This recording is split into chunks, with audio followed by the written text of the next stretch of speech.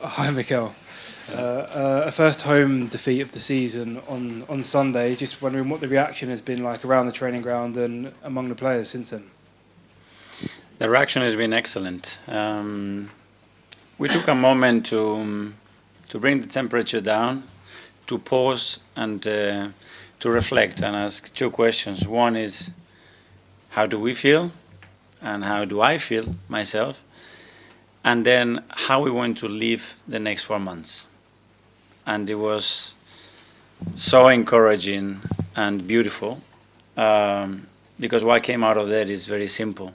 We have earned the right to be in a great position in 4 competitions, and in the next 4 months we're going to live and play with enjoyment, with a lot of courage, and with the conviction that we're going to win it. And this is going to be the mindset and where we're going to put the energy. And I'm just hoping that everybody that is related to this club, especially our supporters, jump on that boat, because this is the way that we're going to live the next 4 months, because we deserve to live like this. How did you do that reflection? Was that something you did on your own, or was it a presentation you gave to the players? Together with the players. It was just a conversation about that. First of all, because I told them, first of all, how good they are and how grateful we are to share every single day with them, and with the position to realize where we are. And just let's make sure that we enjoy with a lot of conviction that is going to happen, because it's our moment and we really want it. You mentioned there you want to bring the supporters with you and hope they join you on the journey. There were some anxious moments from the supporters in the ground on Sunday. What can you do about that, and does that reaction... That's why I encourage them to jump in this boat, because it's going to be fun. Because the excitement, that conviction, that energy, that will is the way you have to live when you want to achieve a dream, when you want to achieve something that you play for 10 months. Because out of that, a lot of incredible things are going to emerge, some of the things that we cannot even imagine. And for me, that's the only way to live it, because we're going to give absolutely everything. We're going to prepare in the best possible way. And the best chance to deliver what we want is putting all the energy and channeling the energy into that direction. Thank you. And then just finally from me, team news for tomorrow. There was no William Saliba, Jurriën Timber and Mikel Merino out on the pitch training. Yeah. Are they, I know Merino is suspended, but are the other two available, and is there anyone else who's not available tomorrow? No, those are out. Perfect, thank you. Yeah, thank you. We'll go to Chris from Sky Sports.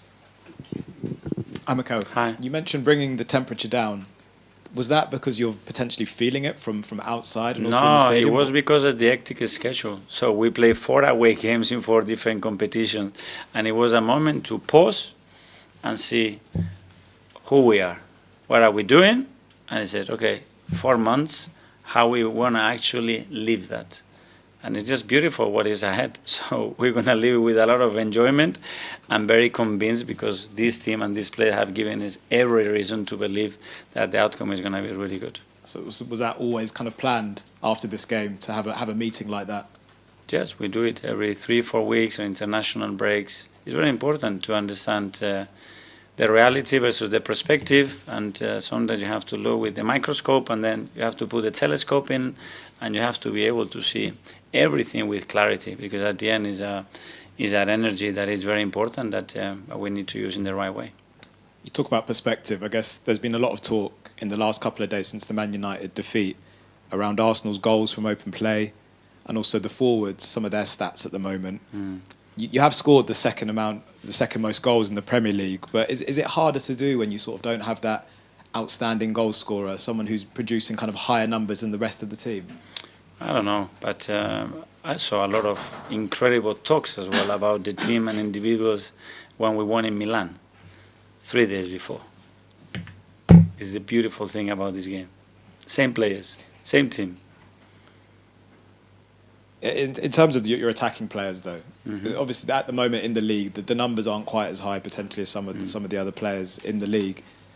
What do you put that down to, and does the team maybe need to kind of help more to get more out of your attacking players right now? We want those numbers to be higher, but as well, I think we are 3 goals away from the best team, you know.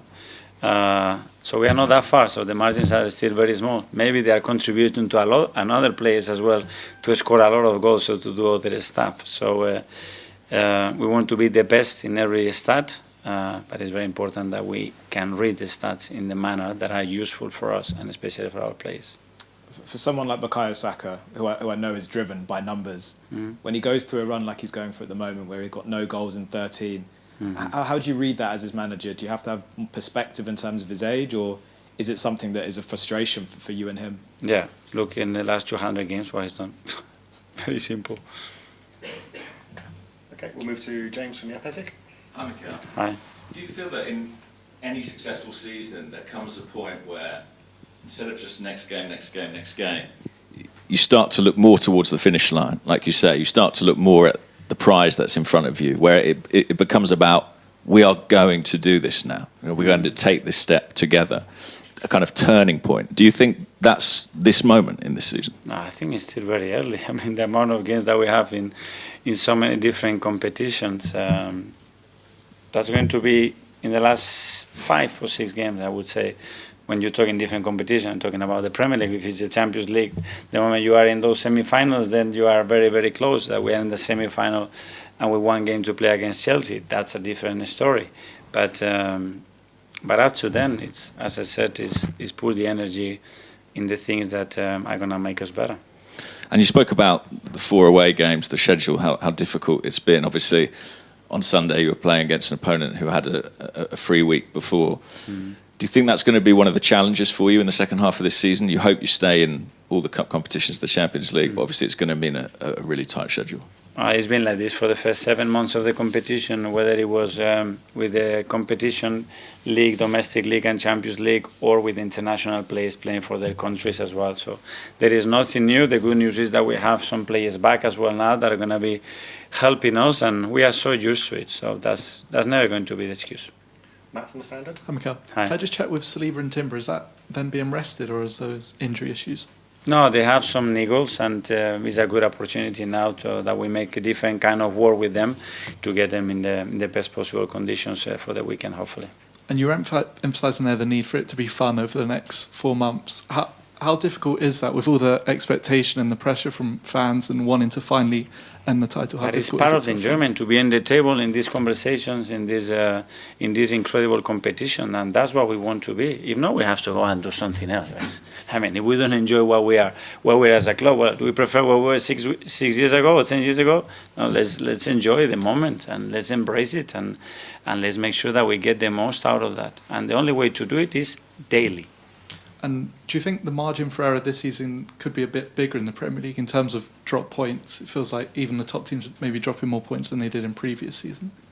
Yeah, or smaller, which means that any team can beat you, and you see the difficulty of winning every game in the competition. So depends how you look at it. Okay, we'll do the last couple in the As Live now. We'll go to Tom from Football London. Hi, Mikel. Hi. You used the word fun a lot in that opening kind of monologue there.